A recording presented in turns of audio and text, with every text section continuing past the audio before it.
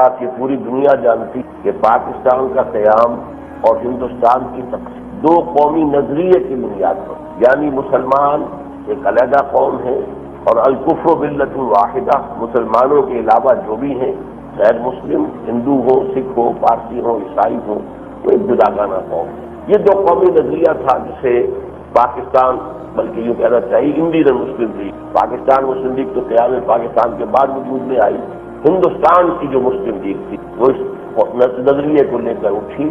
تقریباً 2 دہائیاں 20 برس اس نظریے کا پوری شدت کے ساتھ پرچار ہوا، اور نتیجہ یہ نکلا کہ اس نظریے کی جو حقانیت تھی، جو قوت تھی، اس میں جو صلابت تھی، اس نے اس کے مخالفین کو شکست دی۔ حالانکہ مخالفین میں بڑی بڑی طاقتیں، ہندو بہت بڑی طاقت تھا، کانگریس بہت بڑی جماعت تھی، خود مسلمانوں میں خاصے مؤثر اور کافی مسلمانوں میں کچھ حلقوں میں۔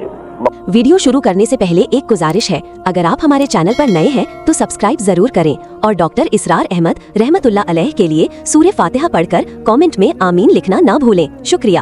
مقبولیت رکھنے والی جماعتوں نے بھی اس نظریے کی مخالفت، پھر برطانیہ اس کا مخالف تھا۔ اس سب کے باوجود اس نظریے میں اتنی طاقت تھی کہ اس نے سب کو شکست دی، ہندوستان تقسیم ہوا، پاکستان۔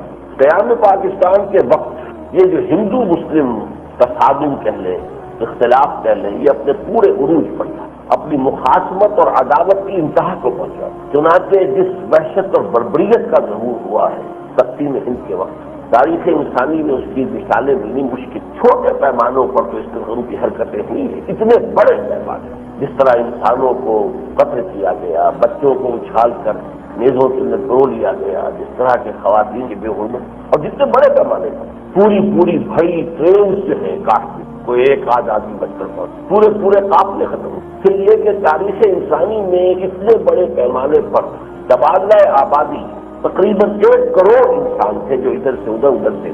یہ ہے حالات و واقعات کہ جو قیام پاکستان وقت ہمارے سامنے۔ اس کے بعد سے اب تک جو صورت ہے، جو 52 سال گزرے ہیں، اس میں نقشہ یہ ہے کہ ستیزہ کار رہا ہے ازل سے تا امروز، چراغ مصطفی سے شرار بولابی۔ اس کے مصداق بھارت کی خواہش اولاً تو یہ تھی کہ پاکستان فوراً ختم ہو جائے، جس کے لیے کانگریس اور برطانیہ، جس کا نمائندہ اس وقت ماؤنٹ بیٹن تھا، اس کے درمیان جو بھی سازشیں ہوئی، انہوں نے جس طریقے سے پاکستان کو پیدا ہوتے ہی ختم کرنے کی کوشش کی، وہ اپنی جگہ پر ہے۔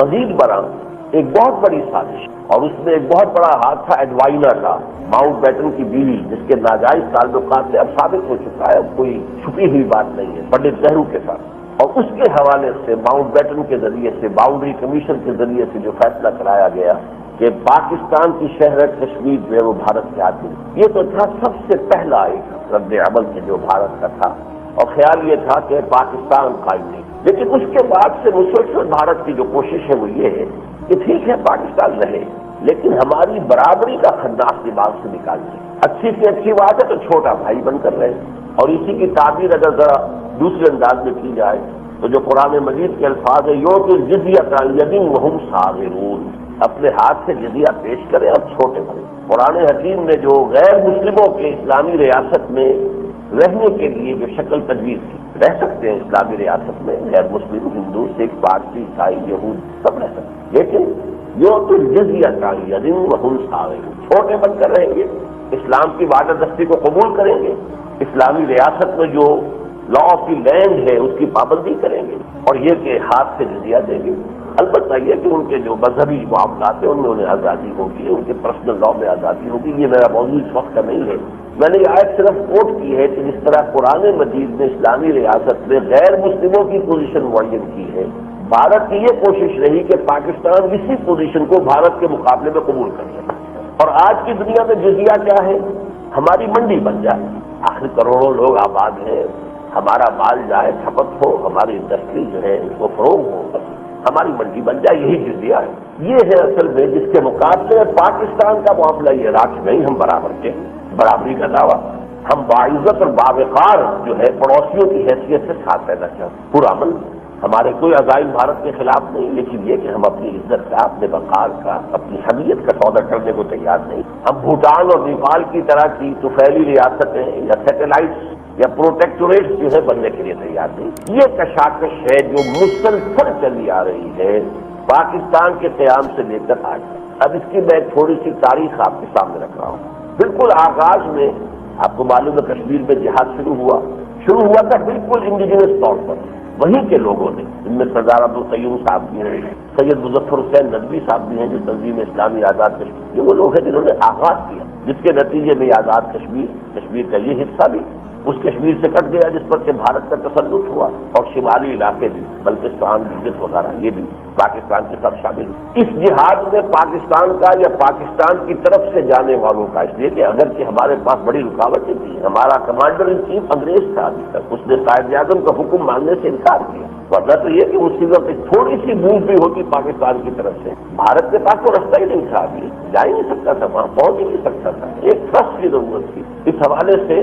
لیکن یہ کہ پھر بھی جو لوگ آزادانہ گئے، آزاد قبائل سے گئے، کچھ لوگ اپنے طور پر پاکستان سے گئے، تو اس حال میں بھی پاکستان کا پلڑا اتنا بھاری تھا کہ بھارت کو بھاگ کر جانا پڑا فریادی بن کر UNO میں، اور وہاں سے جو ہے وہ وعدے کر کے کہ پلیبسائٹ ہم کرا دیں گے اور ان کو خود اختیاری کا موقع دیں گے، اس وقت وہ اپنی جان چھوڑ۔ اس کے بعد بھی متصلاً بات کا ایک واقعہ بہت سے لوگوں کو یاد ہوگا، ذرا سی ہلچل ہوئی تھی بھارت کی طرف سے پاکستان کے لیے کچھ عداوت کا اظہار، اسی شہر لاہور میں یونیورسٹی گراؤنڈ میں قائد ملت لیاقت علی خان نے بکا دکھایا تھا بھارت کو، جس اعتماد کے ساتھ دکھایا تھا، اور پھر اس کے ساتھ صرف اپنا بکا نہیں دکھایا، یوم پاکستان کی جو پریڈ ہوئی اس میں 14 مسلمان ملکوں کے فوجی دستے بلا کر شامل ہوئے، گویا کہ بھارت کو دکھا دیا کہ پاکستان اکیلا نہیں ہے، عالم اسلام اس کے ساتھ۔ کہیں مغالطے میں رہ جاؤ کہ پاکستان چھوٹا ملک ہے اور بھارت بڑا ملک ہے، ہمارے وسائل زیادہ ہیں، ہمارے پاس طاقت زیادہ نہیں، ہمارے پیچھے پورا عالم اسلام، 14 ملکوں کے دستے بندر روڈ کراچی پر پریڈ کرتے ہوئے جب گزرے ہیں، تو واقعہ یہ کہ اس کی دہشت جو ہے بیٹھی ہے لوگوں پر، اور بھارت کے لیے یہ بہت بڑا لمحہ فکریہ تھا کہ پاکستان تنہا نہیں۔